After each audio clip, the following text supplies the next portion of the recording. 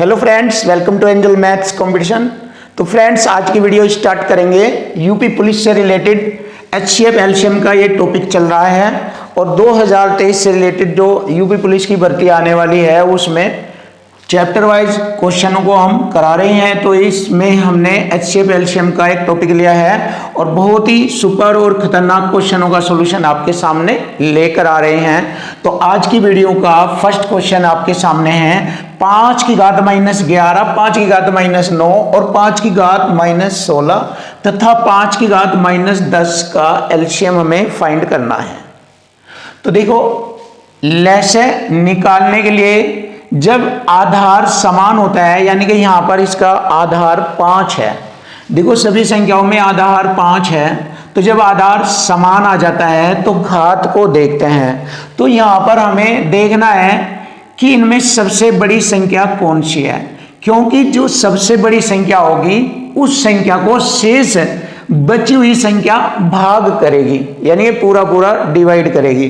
तो ऐसी स्थिति में वह लैसे कहलाता है, यानी कि एलसीएम कहलाता है। तो यहां पर हम देख लेते हैं कि इनमें सबसे बड़ी संख्या कौन सी है जब आधार समान होता है। तो सबसे बड़ी संख्या वह होगी जो माइनस में सबसे छोटा अंक होगा। जिस पर माइनस में सबसे छोटा अंक होता है वह सबसे बड़ी संख्या होती है। तो यहां पर हम ले लेते हैं एलसीएम, एचसीएफ, यानी कि एलसीएम हमें ज्ञात करना है इन सभी का।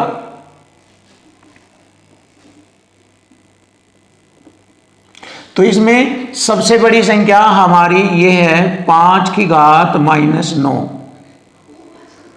5 की घात -9, यही हमारी दी गई सभी संख्याओं का एलसीएम है, क्योंकि ये सबसे बड़ी संख्या है इन सभी में और इस बड़ी संख्या को ये छोटी सभी संख्याएं पूरा काट देगी, तो वह एलसीएम कहलाता है। तो यहाँ पर 5 की घात -9 दी गई सभी संख्याओं का एलसीएम है। तो अब यहाँ पर देखते हैं, यहाँ पर घात माइनस में थी, अब यहाँ पर घात प्लस में है और आधार समान है। तो नए क्वेश्चन का जवाब लेंगे, लेकिन इससे पहले हम देख लेते हैं 5 की घात -9। तो यहां पर हमारा ऑप्शन ए फॉलो हो रहा है, 5 की घात -9। नेक्स्ट क्वेश्चन देखते हैं, 7 की घात 4, 4 की घात 7, 4 की घात 5, 4 की घात 6 और 4 की घात 4 का एलसीएम हमें फाइंड करना है। तो जैसे कि मैंने आपको बताया, इसमें हम सबसे बड़ी संख्या देखेंगे और जो सबसे बड़ी संख्या होगी उस संख्या को शेष बची हुई संख्या उसे पूरा विभाजित कर देती है। तो यही हमारा एलसीएम कहलाता है। अब देखिए, एलसीएम निकालना है हमें, तो सबसे बड़ा नंबर देखना है इसमें कौन सा सबसे बड़ा नंबर है। घात के आधार पर जो सबसे बड़ी घात प्लस में होगी वो सबसे बड़ी संख्या मानी जाएगी। अब 4 घात है, यहाँ 6 है, यहाँ 5, यहाँ 7 है, तो 4 की घात 7 यही हमारी दी गई संख्याओं का एलसीएम है। तो ऑप्शन में देख लेते हैं, ऑप्शन डी हमारे क्वेश्चन का आंसर बनता है, ऑप्शन डी। अब हम नेक्स्ट क्वेश्चन देखेंगे। दो संख्याओं का योग 135 है, इनका एलसीएम 300 है, तो ये संख्या हमें बतानी है। तो दो संख्याओं का योग 135 होना चाहिए और एलसीएम उनका 300 होना चाहिए। तो बहुत आसानी से देखिए, बिना हल करे ही क्वेश्चन का सॉल्यूशन आपके सामने पता लग जाएगा कि क्वेश्चन का आंसर क्या है। तो दो संख्याओं का योग ऑप्शन में देख लेते हैं, कौन सी वे दो संख्याएं हैं जिनका योग 135 और एलसीएम 300 है। तो देखो, जोड़कर ये दो संख्याएं हैं 30 और 45, इनका जोड़ 75 है, जबकि पूछा है 135 होना चाहिए। अब 60 और 75 को अगर हम जोड़े तो 135 हो जाता है, जबकि 60 और 45 को जोड़ेंगे 105 होता है, जबकि 90 और 75 को जोड़ेंगे 165 होता है। तो यहाँ पर दो संख्या ये है हमारी 60 और 75 जिनका योग 135 है। तो दो संख्याओं का योग हमारा 135 होगा जिनमें 60 और 75 है, और यदि हम इनका एलसीएम निकालते हैं तो इनका एलसीएम 300 आता है। देख लीजिए, इसके अभाज्य फैक्टर करेंगे, 3 पंजे 15 चौका 60, इसके भी करेंगे 25 तिये 75। जैसे कि मैंने आपको वीडियो में बताया, अभाज्य फैक्टर वे करने हैं जिनका एचसीएफ 1 होता है। अब इसमें हम एलसीएम लेंगे दिए गए फैक्टरों में। अब देखते हैं, सबसे पहले हम 2 के रूप में देखेंगे। सबसे बड़ा नंबर है 4, 4 ले लेंगे। 3 के रूप में 3 है, और उसके बाद 5 के रूप में 25 है सबसे बड़ा, तो ये हमारा एलसीएम आ जाता है 25 चौका 100, ये 300। देखिए 300 एलसीएम आ जाता है इन दोनों संख्याओं का। तो इसलिए हम कह सकते हैं कि हमारी दोनों संख्याएं हो गई 60 और 75। तो 60 और 75 हमारी दोनों संख्याएं है और इनका योग 135 है। अतः हमारे क्वेश्चन का आंसर ऑप्शन बी है।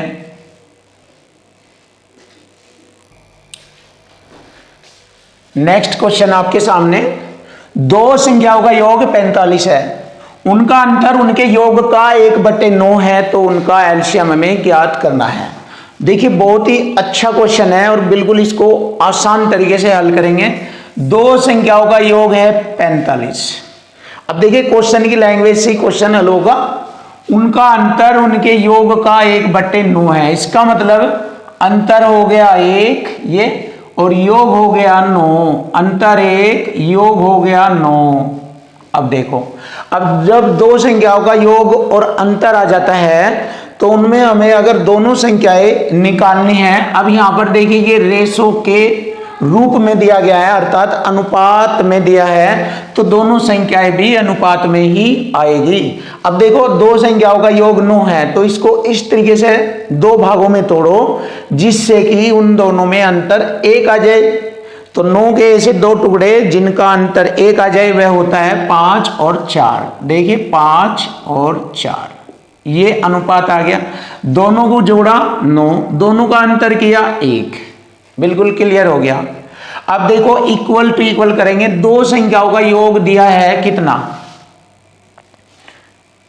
45 है ये रहा, तो संख्या में 45 आ गया और अनुपात में 2 संख्याओं का योग आ गया 9, तो इक्वल टू इक्वल हो गया। देखिए 9 पंजे 45, 5 बार कटा है ये। अब दोनों संख्याओं का एलसीएम निकालना है, तो देखिए एलसीएम निकाल लेंगे दोनों संख्याओं का।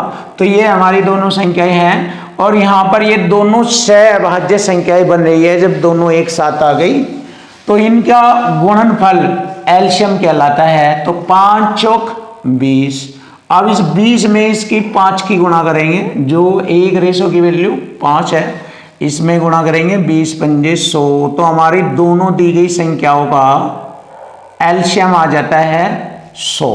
और अगर दोनों संख्याएं पूछी जाए कि वे दोनों संख्याएं कौन कौन सी है, तो यहाँ एक रेशो की वैल्यू जो 5 आई, इस 5 में इन दोनों अनुपातिक संख्याओं में गुणा कर देंगे तो दोनों संख्याएं हमें ज्ञात हो जाएगी। तो करते हैं गुणा, देखिए दोनों संख्याएं भी हम ज्ञात कर सकते हैं। 5 पंजे 25, बड़ी संख्या 25 और 5 चौक 20, छोटी संख्या होगी 20।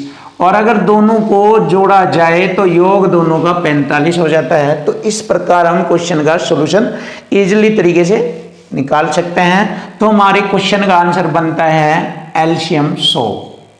ऑप्शन सी हमारे क्वेश्चन का आंसर आ चुका है। तो फ्रेंड्स बहुत ही अच्छे अच्छे क्वेश्चनों का सॉल्यूशन आपके सामने मिलता रहेगा और यूपी पुलिस से रिलेटेड बहुत ही बेस्ट और स्टैंडर्ड क्वेश्चनों का सिलेक्शन लेकर आते रहेंगे।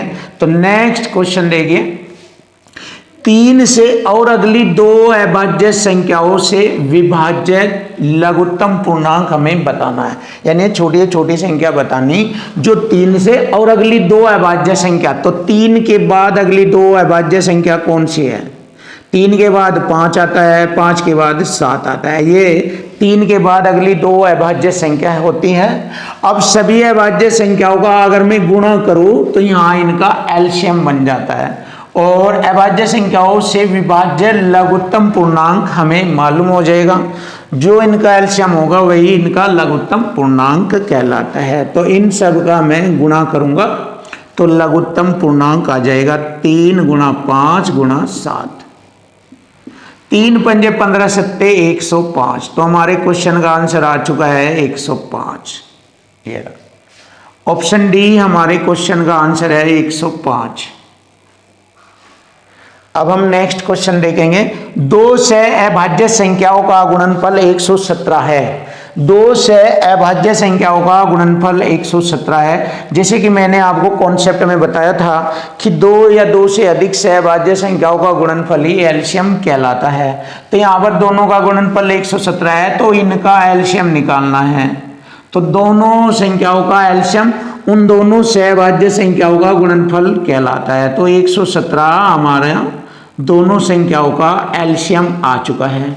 और अगर पूछा जाए वे दोनों संख्याएं कौन कौन सी है, अगर पूछा जाए कि 2 सहभाज्य संख्याएं वे कौन सी है जिनका एलसीएम 117 और गुणनफल भी 117 आ जाए, तो मैं आपको बताना चाहूंगा कि 2 या 2 से अधिक सहभाज्य संख्याओं का जो गुणनफल दिया हो उस गुणनफल के फैक्टर कर दीजिए। 2 ऐसे फैक्टर कर दीजिए। तो यहां पर इसके फैक्टर होते हैं 13, 90, 117। तो 13 और 9 की गुणा अगर की जाए तो 117 आ जाता है 2 सहभाज्य संख्याओं का गुणनफल। और अगर संख्या देखी जाए तो संख्या आ गई हमारी 13 व 9। तो 2 सहभाज्य संख्या आ गई है 13 और 9। अगर मैं 13 और 9 की आपस में गुणा करता हूं तो 13 9 117 हो जाता है। और 13 व 9 का एलसीएम अगर लेता हूं तो 117 एलसीएम आ जाता है। तो वे दोनों संख्याएं भी हमने यहां पर ज्ञात कर ली है 13 और 9, और एलसीएम भी हमारा आ चुका है 117। तो हमारे क्वेश्चन का आंसर बन गया ऑप्शन सी 117।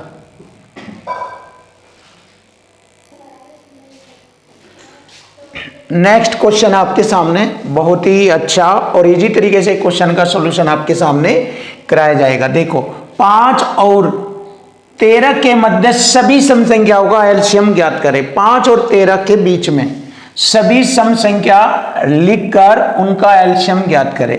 तो देखिए, 5 और 13 के बीच में हमें सभी सम संख्या लिखनी। 5 के बाद सम संख्या 6, 7 के बाद 8, 8 के बाद 9, 10 आ जाएगी सम संख्या 12। और 5 व 13 के बीच में हमारी सभी सम संख्याएं हो गई 6, 8, 10, 12। 6, 8, 10, 12 हमारी सम संख्याएं हो गई। अब इन सभी सम संख्याओं का एलसीएम हमें निकालना है। जैसे कि मैंने आपको कॉन्सेप्ट में बताया था कि दी गई सभी संख्याओं का अभाज्य फैक्टर करेंगे और अभाज्य फैक्टर से हम एलसीएम आसानी से ज्ञात कर सकते हैं। देखो, इसके फैक्टर हो गए 2 3 6, ये हो गए 8 एकम 8, ये हो गए 2 पंजे 10 और ये हो गए 4 3 12। अब यहां पर हम एलसीएम निकालेंगे। 2 के रूप का सबसे बड़ा नंबर हो गया 2, 8, 2, 4, 8 आ जाएगा। 3 के रूप का 3, 3 और इसके बाद है हमारा 5। तो एलसीएम आता है 8 के 24 पंजे 120। देखिए, एलसीएम इस प्रकार से हम ज्ञात कर सकते हैं, लेकिन और दूसरे बहुत सारे तरीके हैं एलसीएम निकालने के, वो भी हम कर सकते हैं। बट मैंने आपको बताया था कि अभाज्य फैक्टर विधि से एलसीएम बहुत ही आसान और बहुत अच्छा रहता है, क्योंकि बड़े बड़े नंबर भी इसी से आसान हो जाते हैं। लेकिन अगर आपको चाहना है कि और दूसरा तरीका भी हमें सिखाओ, तो यहां से हम ऐसे भी कर सकते हैं। डायरेक्ट 6, 8, 10 और 12 का एलसीएम निकालना है। तो इसमें सबसे बड़ा नंबर ले लेते हैं। कौन सा सबसे बड़ा नंबर है? 12। अब देखिए, 12 सबसे बड़ा नंबर है। अब ये 12 किससे डिवाइड हो रहा है? 6 से भी डिवाइड हो जाता है। अब 8 में देखते हैं, ये 8 से डिवाइड नहीं होता, बट 8 के फैक्टर हो जाते हैं 4 दूनी 8। 4 से डिवाइड हो जाएगा, 2 ले लेंगे यहां पर। अब यहां पर इसके फैक्टर करेंगे 2 पंजे 10, 2 से डिवाइड हो जाएगा, 5 से नहीं, 5 की गुणा करेंगे यहां पर। तो इस प्रकार भी हम एलसीएम निकाल सकते हैं। 12 दूनी 24 पंजे 120। और आप डायरेक्ट भी एलसीएम निकाल सकते हैं। 6, 8, 10, 12 का एलसीएम एक ऐसा नंबर जो सभी चारों संख्याओं से पूरा पूरा कट जाए। अब वो देख लेते हैं। देखिए, यहां पर देख लेंगे ऑप्शन में। 6 से कट जाएगा 120, 8 से भी कटेगा और 10 से भी कटेगा और 12 से भी कट जाएगा। तो ये हमारा 120 डायरेक्ट आंसर भी आ जाता है। आप ऐसे भी एलसीएम निकाल सकते हैं। बहुत सारे तरीके हैं, कई सारे, बहुत सारे, बट मैं आपको मेन और इम्पोर्टेंट खतरनाक बता रहा हूँ। उन चीज़ों को सीखो और बस उससे ही फटाफट आप एलसीएम निकाल सकते हैं। 3 अंकों की छोटी से छोटी संख्या क्या होगी जो 4, 8, 16 से पूर्णतः विभाजित हो जाए। देखिए 4, 8, 16 का यहां पर एलसीएम ले लेंगे। देखिए 4, 8, 16 का एलसीएम 16 बैठ रहा है। 4 चौक 16, 8 दूनी 16, 16 एकम 16। बट हमसे 3 अंकों की छोटी से छोटी संख्या पूछी है, तो 16 का मल्टीपल पढ़ते चल जाएंगे। जो 3 अंकों की संख्या होगी वह 16 से कट जाएगी। देखो 16 का यहाँ 111 नहीं कटता, 16 सत्ते 112, 16 से 10 110 नहीं, 16 से 108 नहीं। तो 3 अंकों की सबसे छोटी संख्या जो 16 से पूरी पूरी डिवाइड हो जाएगी 112 है। तो 16 सत्ते 112, ये हमारा 3 अंकों की छोटी से छोटी संख्या है जो 4 से 8 से 16 से पूरी पूरी डिवाइड हो जाती है। ये हमारे क्वेश्चन का आंसर आ चुका है। ऑप्शन बी हमारे क्वेश्चन का आंसर। नेक्स्ट, यदि किसी कक्षा के विद्यार्थियों को 6, 8 और 10 के पूरे पूरे समूह में रखा जाता है तो विद्यार्थियों की निम्नतम संख्या बताओ। 6, 8, 10, देखो जो 6, 8, 10 से पूरा पूरा कट जाए वह विद्यार्थियों की निम्नतम संख्या है। तो देख सकते हैं 6 से कौन सा कटता है ये, बट 8 से नहीं कटता। तो 6 से 120 कट जाएगा, 8 से कट जाएगा और 10 से कट जाएगा। तो निम्नतम समूह में संख्या होगी 120। बहुत ही आसानी से क्वेश्चन का सॉल्यूशन हम कर सकते हैं। अब देखो 6, 8 से ये 180 नहीं कटता, और अगर 240 कट जाता है 6 से, 8 से, 10 से, लेकिन इसने पूछा है निम्नतम संख्या पूछी है छोटी से छोटी, जबकि ये इनमें बड़ी से बड़ी है। तो इसलिए हमारे क्वेश्चन का आंसर बनता है 120। तो विद्यार्थियों की निम्नतम संख्या आ गई 120। चाहे इसके अभाज्य फैक्टर ऐसे करके इसका एलसीएम निकाल सकते हैं, आपकी मर्जी है।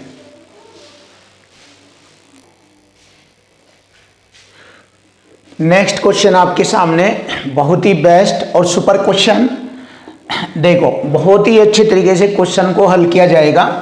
1323 में किस छोटी से छोटी संख्या 1323 में किस छोटी से छोटी संख्या की गुणा करे कि वह पूर्ण घन बन जाए। देखिए पूर्ण घन यहां पर पूछा है, पूर्ण घन, और घन आप जानते हैं एक ही संख्या को 3 बार मल्टीपल करके लिखे तो वह पूर्ण घन बन जाता है। जैसे मैं लिखूंगा 2 गुणा 2 गुणा 2, तो 2 दूनी 4 दूनी 8, ये अपने आप में पूर्ण घन है। ये इसको बोलते हैं पूर्ण घन। तो इसी प्रकार हम यहां पर देख लेंगे किस संख्या से गुणा किया जाए कि वह पूर्ण घन बन जाए, लेकिन छोटी से छोटी। अब ऑप्शन में हमारे सामने 2, 3, 5, 7 ये संख्या है, इनमें से किसके साथ इसमें गुणा कर दें कि पूर्ण घन बन जाए। तो देखो फैक्टर कर लेंगे बहुत आसानी से। देखो यहीं से ही हमें मालूम हो जाएगा किसकी गुणा करने से इसमें पूर्ण घन बनता है।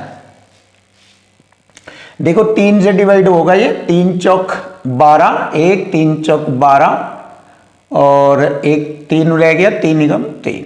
फिर कटिंग करेंगे 3 से ही, 3 एकम 3, 1 3 चौक 12 और 3 से 21। फिर 3 से कटिंग करेंगे, 3 चौक 12, 2 3 9 27। पूर्ण घन पूछा है। अब यहां पर 7 से 49 और 7 एकम 7। अब देखो पूर्ण घन हमारा यहां पर 3 3 का पूर्ण घन बन गया, 1 2 3 3 3 के संख्या आ गई 3 बार, तो पूर्ण घन। अब हमें पूछा है छोटी छोटी किससे गुणा करे कि पूर्ण घन बन जाए। देखो हम दोबारा लिख के बता रहे हैं, 3 गुणा 3 गुणा 3, इसका हमारा पूर्ण घन बन जाता है। अब नेक्स्ट इसको लिखेंगे 7 गुणा 7 ये। अब इसको पूर्ण घन करने के लिए हमें 7 की गुणा और करनी पड़ेगी, तो 7 की गुणा और कर दी मैंने, तो अब ये पूर्ण घन बन जाता है। देखिए 3 का घन 7 का घन पूर्ण घन बन गया। तो हमारे जो संख्या आएगी छोटी है छोटी वो 7 है। तो ऑप्शन डी हमारे क्वेश्चन का आंसर बन गया है 7। तो 7 एक ऐसी छोटी है छोटी संख्या है जो 1323 में जिसकी गुणा करने पर वह पूर्ण घन बन जाती है। नेक्स्ट क्वेश्चन देखते हैं। 5808 को किस छोटी से छोटी संख्या से गुणा किया जाए कि वह पूर्ण वर्ग बन जाए। देखिए इस बार पूर्ण वर्ग पूछा है, तो फिर वही तरीका फैक्टर करेंगे यहां पर इसके 2 दूनी 4, 1 बचा हो गया 18, 2 नंबर 18, 0 2 चौक 8। फिर फैक्टर करेंगे 2 एकम 2, 9 पर चलाएंगे 2 चौक 8, 1 2 पंजे 10, 2 दूनी 4।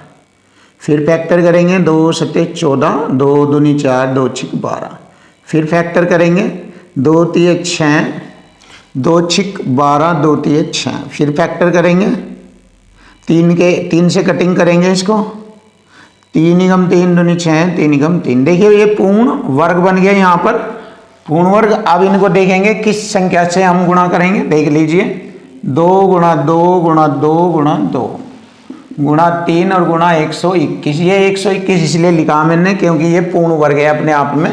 तो देखो पूर्ण वर्ग बनाने के लिए यहाँ 2 संख्याओं का गुणा पूर्ण वर्ग हो गया, यहाँ पर 2 का गुणा पूर्ण वर्ग। अगर मैं 3 की गुणा और कर दूं तो ये भी पूर्ण वर्ग बन जाएगा और ये 121 पूर्ण वर्ग है ये हमारा। तो हम कह सकते हैं कि हम दी गई संख्या में अगर 3 से गुणा कर दें तो वह पूर्ण वर्ग बन जाती है। तो 3 हमारे क्वेश्चन का आंसर बनता है। ऑप्शन डी हमारे क्वेश्चन का आंसर आ चुका, ऑप्शन डी। नेक्स्ट क्वेश्चन देखते हैं। वह छोटी से छोटी संख्या ज्ञात करो जिसे 11 के वर्ग और 12 के वर्ग के जोड़ में से घटाया जाए और घटाए जाने पर परिणामी संख्या एक पूर्ण वर्ग बन जाए। तो 11 का वर्ग कितना होता है, 11 का वर्ग होता है 121। देख लीजिए 11 का वर्ग हो गया 121 और 12 का वर्ग होता है 144। और अगर इन दोनों का जोड़ किया जाए तो 265 बैठता है, 265। देखिए दोनों के वर्गों का योग आ गया 265। अब पूछा है कि इसमें से इस जोड़ में से क्या घटाया जाए जिससे ये परिणामी संख्या एक पूर्ण वर्ग हो जाए। तो ऑप्शन में से घटा दीजिए। देखिए 4 घटाएंगे 261 रह जाएगा और 261 पूर्ण वर्ग नहीं है। अब 9 घटाएंगे, अगर 9 घटाते हैं तो 256 रह जाता है और 256 अपने आप में पूर्ण वर्ग है। 16 का वर्ग होता है 256, 16 का वर्ग होता है 256। तो ये 256 पूर्ण वर्ग संख्या है। तो किसको घटाने पर पूर्ण वर्ग प्राप्त होता है, 9। तो वह छोटी से छोटी संख्या है, ऑप्शन बी 9। और यही हमारे क्वेश्चन का आंसर बनेगा 9। नेक्स्ट क्वेश्चन बहुत ही जबरदस्त और खतरनाक क्वेश्चन आपके सामने। यहां पर दशमलव से संबंधित संख्याओं का एलसीएम हमें ज्ञात करना है। तो दशमलव वाली संख्याओं का एलसीएम ज्ञात करने का बहुत ही आसान और बहुत ही इजी तरीका जो कि आपके सामने है। अक्सर कर इस प्रकार के क्वेश्चनों में विद्यार्थी गलतियां कर बैठते हैं जिसके कारण उनका क्वेश्चन रॉन्ग गलत हो जाता है। तो इस क्वेश्चन को सही करने के लिए आप बहुत ही अच्छे तरीकों को सीखें और देखें। तो देखो हम दशमलव वाली संख्याओं का एलसीएम कैसे निकालते हैं। सिंपल सा तरीका है। यहाँ पर 1.6 है तो इसको पॉइंट को हटाएंगे तो हम लिख लेंगे 16/10, यानी कि एक संख्या दशमलव हटाकर बटे में 10 आ जाएगा, यानी कि 16/10। इसको ऐसे लिखेंगे जिससे कि हमारी कैलकुलेशन आसान हो जाए। देखो 32/100, 2 अंक छोड़कर दशमलव है 100 लिखेंगे। 64/1000, 3 अंक छोड़कर दशमलव है ऐसे। अब देखो यहां पर एक फ्रैक्शन वाला सवाल बन गया ये। और जब फ्रैक्शन में एलसीएम पूछा जाए तो अंश वाली संख्याओं का एलसीएम और बटे में हर वाली संख्याओं का एचसीएफ ज्ञात करते हैं। देखिए इस कॉन्सेप्ट से हम इसको बिल्कुल इजी करेंगे और क्वेश्चन आपके सामने हो चुका है। देखिए 16, 32, 64 का एलसीएम आता है 64 और एचसीएफ दो निकटतम संख्याओं के बीच का अंतर या अंतर के फैक्टर लेंगे यहाँ पर। तो देखो एचसीएफ या ऐसे कह सकते हैं कि वह बड़े से बड़ा नंबर जो दी गई सभी संख्याओं को पूरा काट दे, यानी 10 को भी, 100 को भी, 1000 को भी काट दे। तो एचसीएफ आ गया 10। अब जैसे ही हम 10 से इसको भाग करेंगे तो 6.4 हमारे क्वेश्चन का आंसर बनता है। तो फ्रेंड देखिए बहुत इजी तरीके से आपके क्वेश्चन का आंसर आ गया, ऑप्शन ए। नेक्स्ट क्वेश्चन भी इसी प्रकार देखेंगे। यहां पर 55/1 लिख लेंगे, जैसे कि यहां पर बनेगा ये 550/1, क्योंकि इनमें कोई दशमलव नहीं है तो बटे में 1 लिखेंगे और 3 अंक छोड़कर दशमलव हटाएंगे, सॉरी 4 अंक है ये, तो बटे 10,000 ऐसे। अब ऊपरली संख्याओं का एलसीएम निकालेंगे और नीचे की संख्याओं का एचसीएफ। तो देखिए यहां पर 55 है, ये 550 है और ये 55 है। तो इनमें बड़े से बड़ा नंबर जो इन बची हुई संख्याओं से भी ये पूरा कट जाएगा। तो इन दी गई संख्याओं का एलसीएम बनता है 550 और इन सभी का HCF बनता है 1 से ये डिवाइड होगा। अब 1 से इसको डिवाइड करेंगे, 550 को 550 बार कटेगा और यही हमारे क्वेश्चन का आंसर बन गया। देखिए बहुत ही आसान बिल्कुल सिंपल मेथड से क्वेश्चन का आंसर आ चुका है 550। ऑप्शन ए हमारे क्वेश्चन का आंसर आ चुका। नेक्स्ट इसको भी ऐसे ही देखेंगे और करते हैं क्वेश्चन को। 36/100 ऐसे लिखेंगे और 12/10 एक अंक छोड़कर है ये, और 48/10। अब देखेंगे 36, 12, 48 का एलसीएम आता है 144 आ जाता है एलसीएम, और इनका HCF आ जाता है 10 आ जाता है। 10 से इसको भाग करेंगे 14.4 और यही हमारे क्वेश्चन का आंसर बनेगा 14.4। तो देख लेते हैं 14.4, ऑप्शन बी हमारे क्वेश्चन का आंसर है 14.4। तो फ्रेंड्स यदि आपको हमारी वीडियो अच्छी लगी है, पसंद आई है तो कमेंट करें और हमारे चैनल को सब्सक्राइब करें, जिससे कि हम आपके सामने बहुत अच्छी अच्छी वीडियो लेकर आते रहे और आपका यूपी पुलिस कांस्टेबल में सिलेक्शन करा सकें। थैंक यू, वेलकम, धन्यवाद।